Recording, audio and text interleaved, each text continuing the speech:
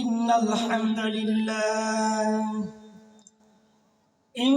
الحمد لله نحمده ونستعينه ونستغفره ونعوذ بالله من شرور أنفسنا ومن سيئات أعمالنا من يهده الله فلا مضل له ومن يضلله فلا هادي له ونشهد أن سيدنا ومولانا محمدا عبده ورسوله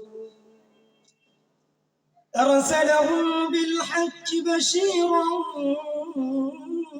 ونذيرا وداعيا إلى الله بإذنه سراجا وقمرا منيرا أما بعد فأعوذ بالله من الشيطان الرجيم قل هو الله أحد الله الصمد لم يلد ولم يولد ولم يكن له كفوا أحد وقال رسول الله صلى الله عليه وسلم لكل شيء نسبة ونسبة الله قل هو الله أحد صدق الله العظيم मेरे मोहतरम हाज़रीन सर्वप्रथम সেই মহান আল্লাহ তাআলা দরবারে অন্তর থেকে একবার শুকর আদায় করি যে মহান আল্লাহ তাআলা আমাদেরকে ভালোবেসে মহব্বত করে পবিত্র মাহফিল এই মাহফিলে বসার তৌফিক দান করেছেন সেই জন্য সকলে অন্তর থেকে শুকর আদায় করি সকলেই বলি আলহামদুলিল্লাহ দরুদ ও সালাম পাঠিয়ে দেই সেই মায়া নবীর উপরে যাকে সৃষ্টি না করা হলে আসমান জমিন চন্দ্র সূর্য নক্ষত্র গ্যালাক্সি তারকারাজি আমি আপনি কিছুই সৃষ্টি করা হতো না যার ওসিলায় ইসলাম নামক একটা ধর্ম পেয়েছি যার ওসিলায় কোরআন নামক একটা কিতাব পেয়েছি সেই মায়া নবীর উপর দরুদ ও সালাম পাঠিয়ে দেই সকলে বলি সাল্লাল্লাহু আলাইহি ওয়াসাল্লাম মোহতারাম হাজিরিন আমি আপনাদের সামনে কোরআনে কারীম থেকে সকলের পরিচিত একটা সূরা 30 নম্বর পারায় এই সূরাটা সূরা ইখলাস এই সূরাটা আপনাদের সামনে আমরা তেলাওয়াত করেছি এবং এই সূরার ব্যাপারে অসংখ্য অগণিত হাদিস থেকে ছোট একটা হাদিস আপনাদের সামনে পাঠ করছি আল্লাহ তাআলা চাইলে এই সূরাটার তাফসীর এবং এই সূরাটা আল্লাহ তাআলা কেন নাযিল করলেন এবং এই সূরার কি উপকারিতা এই সূরা আমল করলে কি কি ফায়দা কি কি উপকারিতা এই বিষয় আল্লাহ চাইলে ইনশাআল্লাহ আপনাদের সামনে আলোচনা করব তো প্রথমে যে সূরাটা আপনাদের সামনে আমি তেলাওয়াত করেছি সূরাতুল ইখলাস সূরা ইখলাস এই সূরা ইখলাসের ব্যাপারে বিভিন্ন হাদিস শরীফে আছে যে এক গ্রাম্য ব্যক্তি আল্লাহ তাআলার কাছে আল্লাহ তাআলার রাসূলের কাছে আল্লাহ তাআলার ব্যাপারে জানতে এসেছে যে আল্লাহর রাসূল আপনি তো আল্লাহ তাআলার ইবাদত করেন আল্লাহ তাআলার ইবাদত করার জন্য আমাদেরকে আহ্বান করেন সেই আল্লাহ তাআলার পরিচয়টা যদি আমাদেরকে দিতেন তাহলে আমাদের জন্য ওই আল্লাহ তাআলার পরিচয় পাওয়ার পরে ওই আল্লাহ তাআলাকে চেনা সহজ হয়ে যেত তখন এই সূরা ইখলাসটা নাযিল হয়েছে আরেকটা রিওয়ায়েতে আছে যে মক্কার মুশরিকরা তারাও একই ভাবে আল্লাহ তাআলার রাসূলের কাছে আল্লাহ তাআলার বংশ পরিচয় জানার জন্য আসছে। যে আল্লাহ রাসূল, আপনি যদি আল্লাহ তাআলার বংশ পরিচয়, আল্লাহ তাআলার পরিচয় যদি আমাদেরকে বলতেন, তাহলে হয়তো এই পরিচয়টা জানার পরে আমরা ইসলাম ধর্ম গ্রহণ করতে পারব। তদরূপ ভাবে মক্কার কুরাইশের কাফেররা একই প্রশ্ন আল্লাহ তাআলার রাসূলের কাছে ছুড়ে ধরছে। তো আল্লাহ রাসূল যখন আল্লাহ রাসূলের কাছে বললেন যে কি আল্লাহ তাআলার বংশ পরিচয় দেন, তখন এই সূরাতুল ইখলাস আল্লাহ তাআলা কি করছেন? নাযিল করছেন। সূরাটা ছোট হলেও এর ওয়েটটা অনেক বড়। সূরাটা ছোট হলেও একদম ছোট থেকে ছোট সূরা, 3 আয়াত বিশিষ্ট সূরা, একবারে ছোট ছোট সূরা, কিন্তু এর ওয়েট, এর ওজন, এর তাফসীর অনেক বড়। তো এই সূরাটার অর্থ আমাদের আগে জানা দরকার, যে এই সূরাটার ভিতরে আল্লাহ তাআলা পরিচয় কেমনে তুলে ধরছে। তো আল্লাহ তাআলা বলতেছেন, কুল হুয়াল্লাহু আহাদ। হে আল্লাহর নবী আপনি বলে দেন, হে নবী আপনি বলে দেন যে আমি আল্লাহ এক, আমি অদ্বিতীয়। তারপরে আয়াতে বলতেছে আল্লাহুস সামাদ, আমি আল্লাহ অমুকাপেক্ষী। তারপরে আয়াতে বলতেছে লাম ইয়ালিদ ওয়া লাম ইউলাদ, যে আমি আল্লাহ কারো থেকে জন্ম নেই নাই, আবার কাউকে জন্ম দেই নাই। কি সুন্দরভাবে আল্লাহ তাআলার পরিচয় সূরার ভিতরে তুলে ধরেছে। তো এই ব্যাপারে যে আল্লাহ তাআলা কাউকে জন্ম দেন নাই, আবার কাউকে থেকে জন্ম নেন নাই, এই ব্যাপারে সূরা মারিয়ামের ভিতরে, সূরা মারিয়ামের ভিতরে যে কাফেররা আল্লাহ তাআলার ব্যাপারে এই কথা বলতো যে আল্লাহ তাআলা কি করছেন? সন্তান জন্ম দিয়েছেন। নাউজুবিল্লাহ। আল্লাহ তাআলা ব্যাপারে কি বলতো? আল্লাহ তাআলা সন্তান জন্ম দিয়েছেন। এই ব্যাপারে আল্লাহ তাআলা বলেন যে তোমরা যে বলতেছো যে আমি সন্তান জন্ম দিছি, অথচ সূরা আম্বিয়ার ভিতরে 101 নম্বর আয়াত, এখানে আল্লাহ তাআলা বলতেছেন যে আমি তো স্ত্রী গ্রহণ করি নাই, আমি তো স্ত্রী থেকে পবিত্র, তাহলে আমি সন্তান জন্ম কেমনে দিব? তারপরে সূরা মারিয়ামের ভিতরে আবার বলতেছেন যে তোমরা যে বলতেছো যে আমি আল্লাহ কি করছি? সন্তান জন্ম দিছি, সন্তান জন্ম দিছি।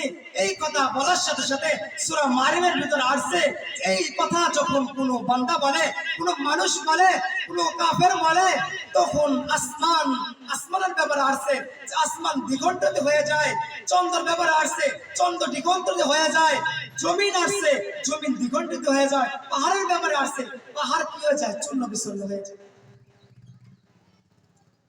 তারপরে আল্লাহ তাআলা বলতেছেন যে তোমরা যে কথা বলতেছো, তোমরা একটা কথা মনে রাখো, তোমরা দুনিয়াতে যে কথা বলতেছো, তোমরা যারা যারা বলতেছো যে আমি কি করছি, আমি আল্লাহ সন্তান জন্মগ্রহণ, আমি আল্লাহ সন্তান জন্ম দিছি, তোমরা এই কথা মনে রাখো যে সেই কঠিন কিয়ামতের দিন তোমাদেরকে এক এক করে আমার আল্লাহ তাআলার সামনে হাজির হতে হবে।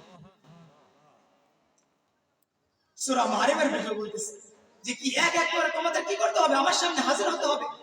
তোমরা বলতেছো তোমাদের কাছে রশি ঢিলে দিছি, তোমরা বলতেছো তোমাদের জবানটাকে ঢিলে দিছি, তোমার জবানেরটাকে খুলে দিছি, তোমার যখন যা মন চাইতেছো আমি কি করতেছি না, আটকায় দিতেছি না, তোমার যখন যা খুশি তুমি তাই বলতেছো। তোমাকে একটা কথা মনে রাখো, সেই কঠিন কিয়ামতের দিন তোমাদের আমি এক এক করে আমার সামনে হাজির করব, এক এক করে হাজির করব। এই ব্যাপারে অন্য এক হাদিস আসছে যে আল্লাহ তাআলা বলতেছেন যে দুনিয়ার মানুষ আমার ব্যাপারে দুইটা মিথ্যা কথা বলে। একটা মিথ্যা কথা হলো আমার ব্যাপারে মিথ্যা সাক্ষী দেয়, আর একটা হলো আমাকে গালি দেয়। কি করে?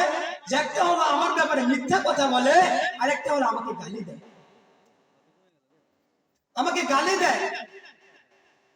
তো আল্লাহ রাসূল যখন সাহাবীদেরকে বললেন, সাহাবীরা বলতেছে যে আল্লাহ রাসূল আল্লাহ তাআলাকে গালি দেয় কেমনে? তখন বলতেছে যে আল্লাহ তাআলার পক্ষে মিথ্যা কথা হয়, মিথ্যা কথা বলে কেমনে? তখন আল্লাহ রাসূল সাহাবীদেরকে বলতেছে যে এই বলে মিথ্যা কথা বলে যে তারা ভাবে, তারা এই কথা বলে রুটায় দেয় যে আমি আল্লাহ তাদেরকে যে দুনিয়াতে বানাইছি এইভাবে, আবার যে পুনরায় তাদেরকে আখিরাতে যে কি করব, পুনরায় জীবন দেবো, পুনরায় তাদেরকে বানাইবো, এই বানানো আমি আল্লাহ পারবো না। কি বলে মিথ্যা কথা বলে যে আমি আল্লাহ কি করছি, তোমাদেরকে বানাইছি, এই বানানোটা দ্বিতীয়বার আমি আল্লাহ পারবো না। এখন একটা কথা বলে যে একটা জিনিস যখন প্রথমবার বানায় ওই বানানোটা কঠিন, না দ্বিতীয়বার বানায় ওই বানানোটা কঠিন? বলেন কোনটা কঠিন? প্রথমটা কঠিন। কেন কঠিন? কারণ প্রথমটা ডিজাইন সিলেক্ট করতে হয়, বিভিন্ন রকমের বিভিন্ন আসবাবপত্র সিলেক্ট করতে হয়, কোন নকশাটা দিলে তাকে সুন্দর মানাইবে, কোন জিনিসটা দিলে তাকে কি বানাবে, সুন্দর মানাইবে। যখন প্রথমবার বানানো হয় দ্বিতীয়বার বানাইতে কি ওইরকম ভেজাল হয়? হয় না, ওরকম ভেজাল হয় না। আল্লাহ বলতেছে তোমরা শুনে রাখো, তোমাদেরকে আমি যেমনি ভাবে প্রথমবার নিখুঁত করে বানাইছি, আমি আল্লাহ তাআলার কাছেও দ্বিতীয়বার বানাইতে তার থেকে সহজ মনে হবে। তারপরে আবার বলতেছে যে দুনিয়াতে যদিও এক রকমের চেহারা একরকম হয়, কিন্তু একটা কথা তো তোমাদের বিজ্ঞানরাই বলে, কি বলে যে তোমাদের চেহারা যদি একই রকম হয়, তোমাদের নামও যদি একই রকম হয়, কিন্তু তোমাদের একটা জিনিস মিলবে না, সেটা হলো তোমাদের ফিঙ্গারপ্রিন্ট। কি মিলবে না? তোমাদের ফিঙ্গারপ্রিন্ট মিলবে না। কারণ বাবার ফিঙ্গারপ্রিন্ট, মায়ের ফিঙ্গারপ্রিন্ট, বোনের ফিঙ্গারপ্রিন্ট, তারপর ভাইয়ের ফিঙ্গারপ্রিন্ট, দুনিয়াতে যত মানুষ আছে সকলের আঙ্গুলের ছাপ এক অপরের সাথে কখনো মিলবে না। তো আল্লাহ বলতেছে তোমরা শুনে রাখো, তোমরা তো ভাবতেছো যে আমি তোমাদের যেরকম ভাবে দুনিয়াতে সুন্দর আকৃতি দিছি, এই আকৃতি আমি দিতে পারবো না। কিন্তু একটা কথা মনে রাখো, তোমাদের তো আকৃতি দেবই, তোমাদের যে একটা ফিঙ্গারপ্রিন্ট আমি দুনিয়াতে দিছিলাম, তেমনি ভাবে আমি পুরোটাই আমার ওই ফিঙ্গারপ্রিন্ট দিতে সক্ষম। কি করতে সক্ষম? ওরকম ভাবে ফিঙ্গারপ্রিন্ট দিতে সক্ষম। তো সূরা ইখলাসের ভিতর বলতেছে লাম ইয়ালিদ ওয়া লাম ইউলাদ, তারপরে বলতেছে ওয়া লাম ইয়াকুল লাহু কুফুয়ান আহাদ, আল্লাহর সমকক্ষ কেউ নেই। এই সূরাটার তাফসীর যদি করতে যায় তাহলে অনেক লম্বা সময় লাগবে, সেজন্য যেহেতু অল্প সময়, এই সূরাটার কিছু উপকারিতা আছে, কিছু আমল আছে। আমলটা হলো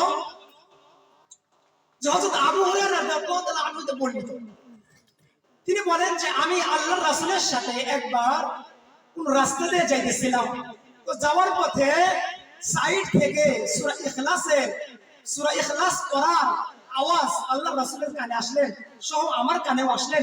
তো আল্লাহর রাসূল বলতেছেন জান্নাত ওয়াজিব হয়ে গিয়া। কি বলতেছে?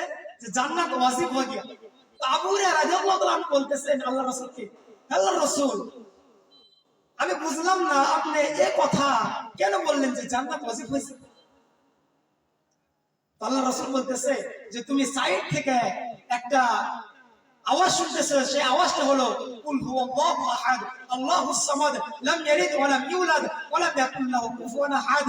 আমি বলতেছি যে এই সূরাটা যে পাঠ করবে, এই সূরাটা যে ইয়াকিনের সাথে পড়বে, তার জন্য জান্নাত ওয়াজিব হয়ে যাবে, তার জন্য জান্নাত ওয়াজিব হয়ে যাবে। আরেকটা রিওয়ায়াত আছে, আম্মা জান আয়েশা রাদিয়াল্লাহু তাআলা আনহা বলতেছে যে যুদ্ধের ময়দানে আল্লাহ রাসূল কিছু সৈন্য সামন্ত যুদ্ধ করার জন্য পাঠাইলেন। তো পাঠানোর পরে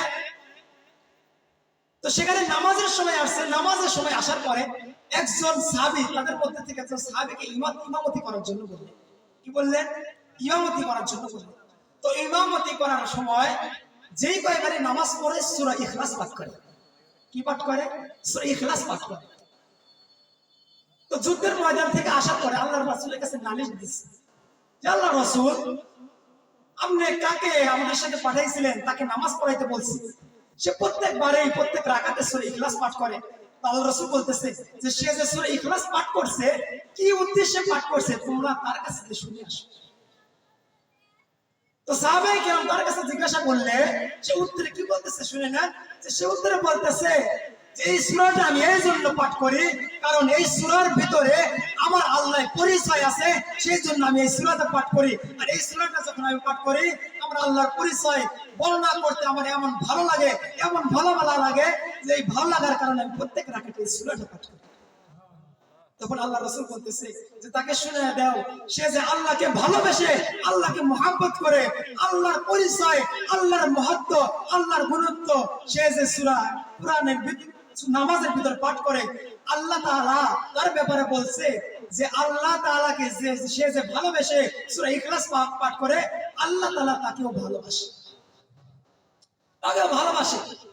সে যে আল্লাহ তাআলার পরিচয় প্রত্যেক রাকাতে সে যে সূরা ইখলাস পাঠ করে, আল্লাহ তাআলা ওই আসমানে তার পরিচয় ফেরেশতাদের সামনে তুলে দেয়, আর পরিচয় ফেরেশতাদের সামনে তুলে দেয়। তো কয়টা কথা বললাম? একটা হলো যে এই সূরাকে যে মুহাব্বত করবে তার জন্য জান্নাত ওয়াজিব হবে। আর এই সূরার পরিচয় সে যে পাঠ করবে, আল্লাহ তাআলা তার পরিচয় আখিরাতে কি করবে? ফেরেশতাদের সামনে তুলে দেবে। আরেকটা রিওয়ায়াত আছে, রিওয়ায়াত হলো হাদিস শরীফে আসছে, যত আনাস রাদিয়াল্লাহু তাআলা আনহু বর্ণিত, যে আনাস রাদিয়াল্লাহু তাআলা বলতেছে যে সাহাবীদের মধ্যে থেকে এক সাহাবী, তাকে এক মসজিদের ইমাম নিযুক্ত করা হয়েছে। তো ইমাম নিযুক্ত করার পরে তো মাঝে মধ্যে মাগরিব এশা সে দ্বিতীয় রাকাতে সূরা ইখলাস পাঠ করে। তো সাহাবায়ে কেরাম বলতেছে যে তুমি সূরা ইখলাস পাঠ করো কেন? অন্য সূরা তো আছে, তুমি সূরা ইখলাস পাঠ করো। তো সাহাবী বলতেছে যে আমি সূরা ইখলাস তোমরা বললেও পাঠ করব, তোমরা যদি না বলো তা পাঠ করব। যদি তোমাদের মনে চায় আমার ইমামদারি তোমাদের পছন্দ হয় না, তোমরা কি করো? অন্য ইমাম নিযুক্ত করতে পারো। তোমরা কি করতে পারো? অন্য ইমাম নিযুক্ত করতে পারো, তোমাদেরকে যদি আমার পছন্দ না হয়। কিন্তু একটা কথা মনে রেখো, আমি যে পর্যন্ত এই মসজিদে ইমাম থাকবো, আমি সূরা ইখলাস দ্বিতীয় রাকাতে পাঠ করতেই থাকবো। সূরা ইখলাস দ্বিতীয় রাকাতে পাঠ করতেই থাকবো। তো আল্লাহ রাসূলের কাছে যখন নালিশ দিলেন, নালিশ দেওয়ার পরে আল্লাহ রাসূল বলতেছে যে সে সূরা ইখলাস পাঠ করে আল্লাহ তাআলাকে ভালোবেসে, তোমরা শুনে রাখো, সে যে সূরা ইখলাস আল্লাহ তাআলাকে ভালোবেসে পাঠ করে, আল্লাহ তাআলাও তাকে ভালোবাসে, আল্লাহ তাআলা তাকে ভালোবাসে। আর আমাদের সমাজে হলে যদি কোন ইমাম সাহেব বলে যে আমি এটা করবই, আপনার মন চাই চাকরিটা নট করে দেন। কত মানুষ আছে, কত মানে আদার সাইড কিছু মাতব্বরি আছে যারা কিনা তাদের একটি কলম লাগে, যারা কিনা মাদ্রাসায় কি করে না কোনোদিন পাপারা দেয় নাই, যারা কিনা মসজিদের কোনোদিন আসে না, দেখা যাবে যে শুক্রবারে আসে, তার যারা কিনা স্কুলে মাদ্রাসা দূরে থাক, স্কুলেও কি করে নাই, কোনদিন জান নাই, তারা কি করে? ইমামের বিরুদ্ধে কি করে? কুটুক্তি কথা বলে যে অমুক ইমাম ভালো না, অমুক মুয়াজ্জিন ভালো না। তাদের ব্যাপারে একটা কথা জানিয়ে রাখি, যারা কিনা ইমামের বিরুদ্ধে কথা বলে, যারা কিনা মসজিদের বিরুদ্ধে কথা বলে, তোমরা মনে রাখো, তোমরা একটা কথা জেনে রাখো যে কয়েকদিন আগে আমাদের বাংলাদেশের প্রেসিডেন্ট ছিল শেখ হাসিনা, সে কি করছে? ওলামায়ে কেরামের বিরুদ্ধে কি করছে? অ্যাকশন নিছে, ওলামায়ে কেরামের জেলের পক্ষ হয়েছে, ওলামায়ে কেরাম বিভিন্ন ভাবে নির্যাতন করছে। তারা মনে রাখো যে ইন্নাল উলামা ওয়ারাসাতুল আম্বিয়া, তোমরা একটা কথা মনে রাখো, তোমরা কিনা যারা কি করো ওলামায়ে কেরাম এবং ইমামের বিরুদ্ধে, মসজিদের বিরুদ্ধে চেষ্টা গ্রহণ করে দেখো, মসজিদের বিরুদ্ধে, ইমামের বিরুদ্ধে বিভিন্ন রকমের কুকুরতে কথা বলো, তোমরা একটা কথা মনে রাখো, তোমাদেরও ভবিষ্যৎ যেরকম ভাবে পূর্বের কি হয়েছে এমডি মন্দিরের কি হয়েছে, বর্তমান যারা এমডি মন্দির আছে তাদের যে পরিস্থিতি হয়েছে, তোমাদের একই পরিস্থিতি হবে। এটা মনে রাখো, এটা মনে রাখো। তো সেই জন্য সূরা ইখলাসের ফজিলত আমি তিনটা বিষয় বললাম, যে একটা হলো যে সূরা ইখলাসটাকে যে মুহাব্বত করবে, আল্লাহ তাআলা তাকে মুহাব্বত করবে। সূরা ইখলাসটাকে কি করবে? সূরা ইখলাসের পরিচয় বর্ণনা করবে, আল্লাহ তাআলা তার পরিচয় বর্ণনা করবে। সূরা ইখলাস যে পাঠ করবে একই সাথে তার জন্য জান্নাত ওয়াজিব হয়ে যাবে।